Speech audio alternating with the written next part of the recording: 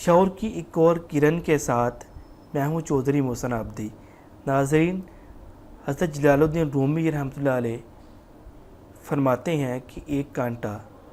اللہ کی بارگاہ میں رو رو کے عرض کر رہا تھا کہ یا اللہ، تو نے مجھے کانٹا بنایا اور تو ستار العیوب ہے، میرے عیب کو کون چھپائے گا، مجھے کون ساتھ رکھے گا، مجھے کون سجائے گا، میری کیا وقت ہے، میری کیا حیثیت ہے، میرا کیا مقام ہے۔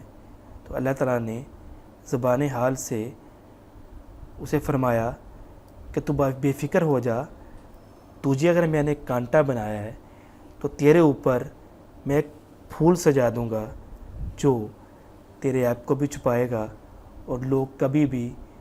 اس کانٹے کو الگ کر کے پھول کو استعمال نہیں کریں گے، بلکہ پھول کو اس کانٹے کے ساتھ جہاں بھی ہوگا وہاں پہ اس مقام تک لے کے جائیں گے۔ تو یقین کیجئے، اگر اس تمام حالات کو دیکھیں تو ہم بذات خود اگر نیک شخصیات کے ساتھ وابستہ ہوں تو ہمیں بھی اللہ تبارک و تعالیٰ وہ پھول عطا کر دیتا ہے، بلکہ اس نے عطا کیے ہوئے ہیں کہ جن کے ساتھ وابستہ ہو کے ہم اپنی زندگی بدل سکتے ہیں۔ بس فرق یہ ہے،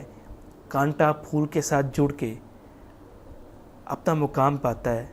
لیکن رہتا کانٹا ہے۔ لیکن اگر ہم نیک لوگوں کے ساتھ وابستہ ہو جائیں، ان نیک شخصیات کے ساتھ اپنا رابطہ، اپنا واسطہ قائم کر لیں،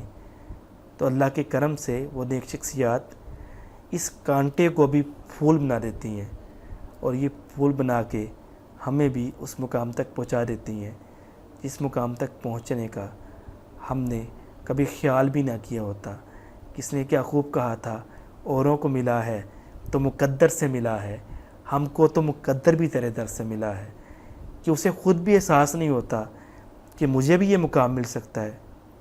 لیکن اللہ تبارک و تعالیٰ اپنی کرم، اپنی رحمت کے ساتھ ان نیک لوگوں کے ساتھ وابستہ ہونے کے صدقے سے اسے بھی وہ مقام عطا کر دیتا ہے۔ آج کی شعور کی کرن میں ہم یہی پیغام دینا چاہتے ہیں کہ ہمیں کوشش کرنی چاہیے جس طرح بھی وقت ہو سکے نیک شخصیات کے ساتھ گزاریں، تاکہ ہماری زندگی بہتر ہونے میں ان سے مدد حاصل کی جا سکے۔ چودھری محسن عابدی کو شعور کی کرن میں اجازت دیجیے۔ اللہ حافظ۔